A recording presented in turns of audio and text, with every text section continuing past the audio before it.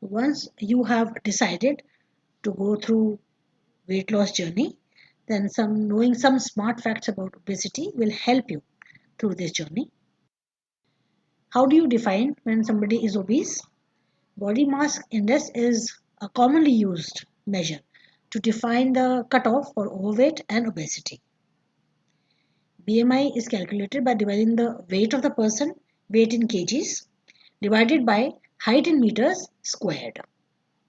This will give the value of BMI for the person. For population in the Indian subcontinent, overweight and obesity are defined at a lower level of BMI compared to the Caucasian population. This is because it has been seen that the health risks of obesity, they start occurring at a lower level of BMI as compared to the Caucasian population.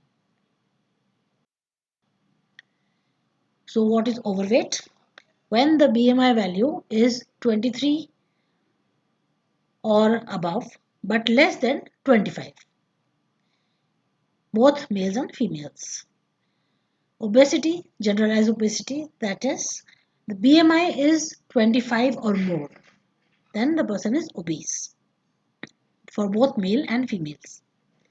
Abdominal obesity, which is associated with more risk, is measured by waist circumference. 90 centimeter or more for men is considered to be having abdominal obesity, and 80 centimeter or more for women, they are considered to have abdominal obesity. So any type of obesity or having both obesity is not healthy. Now waist is a broad area where you measure. The steps of waist circumference measurement are: feel and locate the lowest point of your ribs, you can see in the figure. Next, similarly locate the top of your hips, hip bone, you can see in the figure. Measure, locate the midpoint halfway between these 2 points, and this is the point, you can see in the figure, it has been marked in the figure, where you wrap the measuring tape around the waist and measure at this point.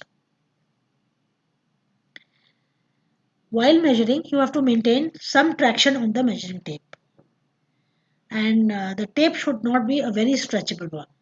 The standard tape, measuring tape, maintains some traction which should not be too much. It should not dig into the skin, it should not hurt the skin. Then breathe normally, and you take the measurement when you breathe out. You can repeat the measurement to be certain that you are measured correctly. The excess fat in body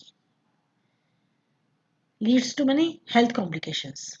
So losing fat is not a cosmetic exercise, it's an exercise for health benefits. The common like reduced insulin sensitivity resulting in type 2 diabetes sometimes, high blood pressure, and then this is the list of the health risks of excess fat. Even some cancers risk increases with obesity with excess fat in body.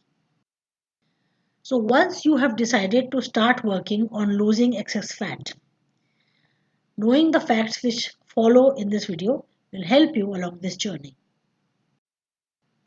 Fact 1. Obesity is a disease. It is a chronic disease. Yes, but it nevertheless is a treatable disease.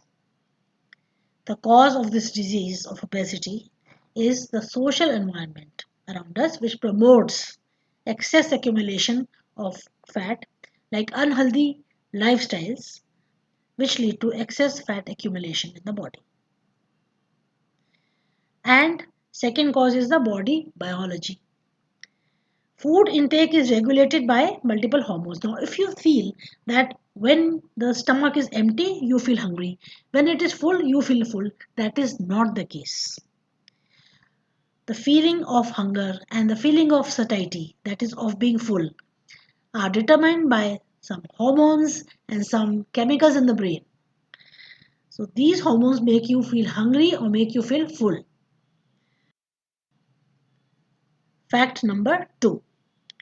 Being fat is not your mistake. Don't feel guilty. It is not your mistake. It is actually a result of an interaction between the obesogenic environment, like food and lack of places for walking and exercise, and body mechanisms. Hence, the society which is leading to the obesogenic environment is equally responsible for your obesity. And therefore, it is your well wishers' responsibility also to see you through this journey. To while you are on your path to overcome the disease, your well wishers should support you wholeheartedly. When you begin this journey, ensure a support group, because if one person is losing heart, the other one will support, and together a group is more likely to succeed than individual efforts. And share this video with anyone who engages in teasing, and show them that it is their responsibility also to help people who are fat. Fact number 3, in during this journey, weight regain is very common and is expected. So do not get discouraged by this, because any weight regain does not reflect a lack of willpower or a lack of motivation on your part. In fact, the body is hardwired with mechanisms to attain the previous weight. So, what are these things? When weight loss occurs, it induces irresistible appetite hormones. So, it produces more hormones which really increase your appetite, and like food is all the time on your mind. So, what else can you expect? Then, weight loss also prompts the body to conserve calories, to spend lesser calories for the same activities as compared to the calories spent before weight loss. So these actual mechanisms are present in the body, and these have evolved over centuries. And the purpose of these is to counter the effect of the duration of starvation. But nowadays, it's just that the food shortages, which used to be there in the previous eras, are very rare in current circumstances. In fact, very high unhealthy calorie food is much more easily available than healthy food. But remember this, each cycle of weight loss, even if you gain and then lose again and gain and lose again, it confers some health benefits to the body. So every time you lose weight, it is your health is always gain. So even if you regain the weight, your health benefit of the healthy lifestyle is there, and when you lose it again, your health becomes even better.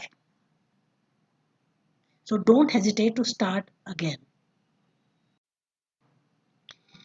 In the beginning, set realistic goals. Do not go overboard, because it becomes very difficult to achieve and has been shown to lead to discouragement. And moreover, the initial goals, may not always be losing weight only. When you decide of these some easy initial goals, set a time for achieving each goal. If you have decided one goal, you set a time as per your capability, because nobody knows you better than yourself. You know what time you will need to achieve that goal. Set that time for yourself. In fact, the first goals can be adopting a healthy lifestyle rather than losing any weight.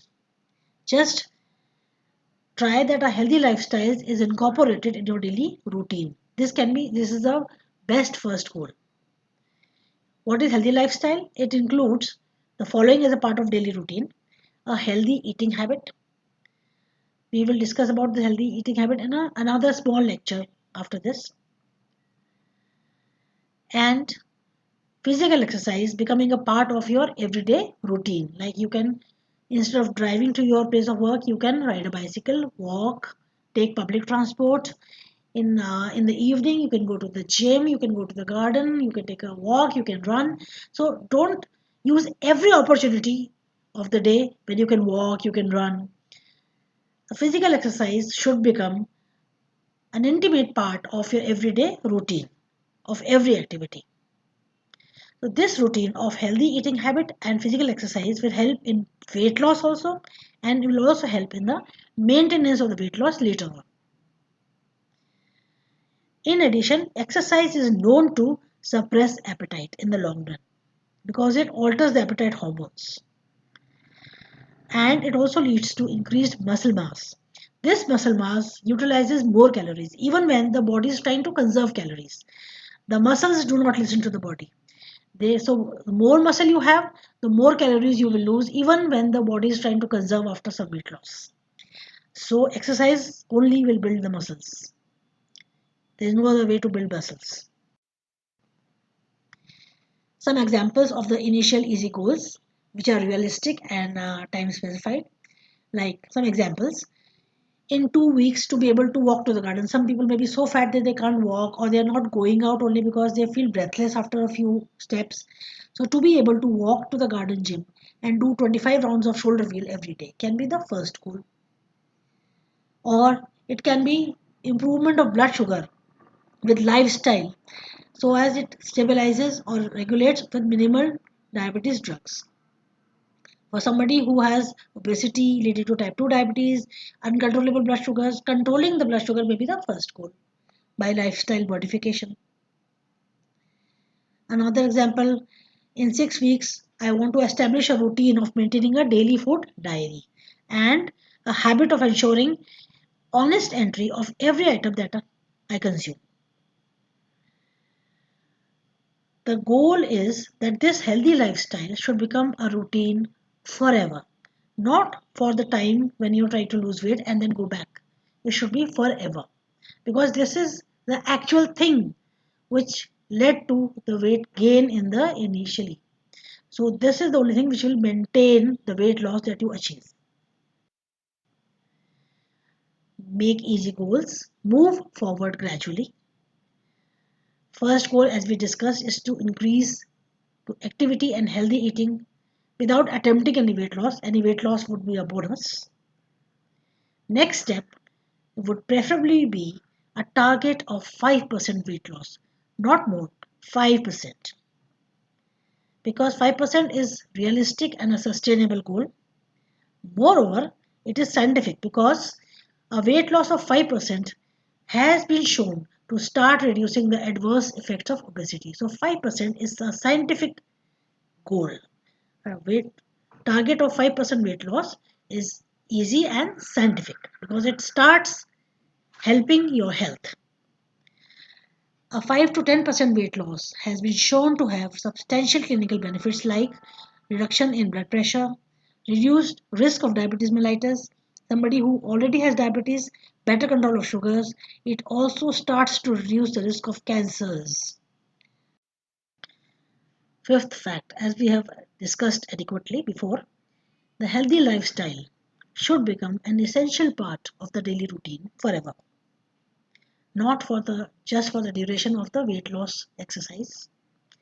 It is desirable that eventually there is a total shift towards healthy lifestyle because this is the only thing that works in the long run. Otherwise, the weight will be regained, and that can be disheartening and may even lead to abandonment of the efforts. I can't do it, so I'm not even trying. And remember that even if desirable weight is not attained, the harmful effects of excess fat are offset to a large extent by the healthy lifestyle that you attain. So, if the healthy lifestyle becomes an essential part of your routine, then your health benefits in a big way, even if you do not lose the amount of fat that you desire to. So, healthy lifestyle should become an essential part of daily routine. You can see that the exercise routine has many benefits. One is immediate benefit. When you have an exercise session, immediately it leads to increase in the hormones that suppress appetite and decrease in the hormones that stimulate appetite. So there's a transient reduction of appetite due to the above changes. Medium term benefits, after some weeks of regular exercise, there is some reduction in the amount of body fat. So body fat reduction leads to improved insulin sensitivity. So if somebody was pre-diabetic, becomes euglycemic. Somebody had already had diabetes, blood sugar regulation will become better because there's an increased sensitivity towards insulin. Also, the hunger suppressing hormone becomes more effective as some fat is lost. The long-term benefits of exercise when you've been exercising regularly for some months. Obviously, the medium-term benefits they remain. In the fat loss is there. In addition to that, muscles also start building by now, which in turn lead to higher expenditure of energy even for daily activities as we discussed previously. So even resting expenditure of calories is higher if you have a higher muscle mass. Sixth fact, if the onset of obesity is from childhood itself or in the teenage, it may be very difficult to lose. So be prepared for this and be determined for the tough journey because you already know that the journey is going to be tough. The tough should get going. It is very important that the individual should not blame themselves for being obese. As we discussed, it is the obesogenic environment, and in childhood, it obviously is not your mistake. And for this condition, we can start comprehensive multimodality treatment options, which the doctor can suggest. But the ultimate goal to everybody, including those who have childhood obesity or teenage obesity, is to establish a healthy eating and healthy lifestyle. But then again, for such a long-standing obesity, it will not be wise to target all the areas of a healthy lifestyle. Change one by one. Select one area at a time, which should be in consultation with the individual. Whatever he or she is comfortable with. So you can discuss it among yourselves and select one area that this is the easiest thing. I'm going to introduce this change in my lifestyle initially, first thing first. And then proceed on to other areas gradually, obviously in consultation with the individual who is trying to lose weight. Click monthly photographs, not more frequently, monthly or even rarely. They will keep up your motivation. Seventh fact, for very difficult cases. Obviously, the first choice is a healthy lifestyle that you have to start immediately.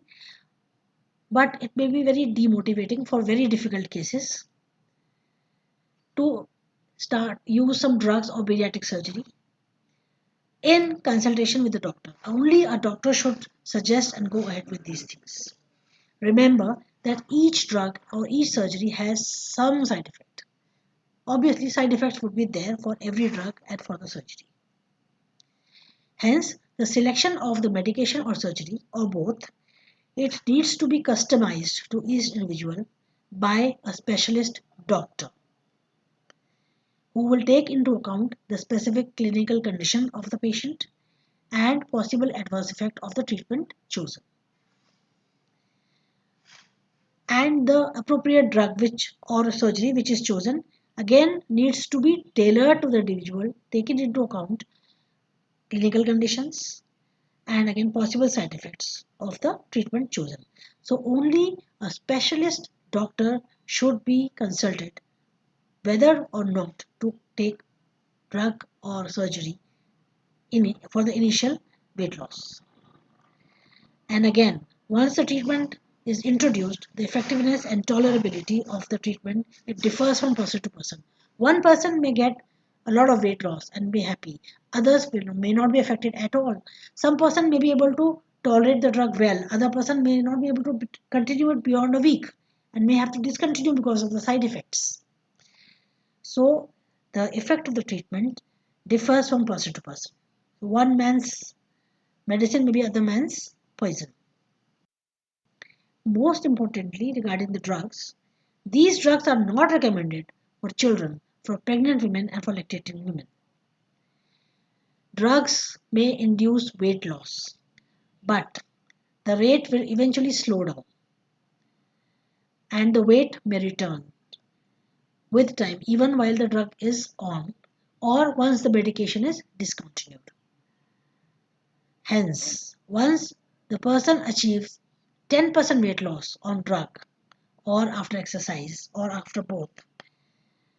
They should take steps to develop an adequate exercise and eating habit routine. Develop a healthy lifestyle forever to maintain this weight, because surgery and medicine and drugs cannot work forever. Drugs and surgery for weight loss must be used in combination with the lifestyle change. Otherwise, the weight lost initially will eventually come back.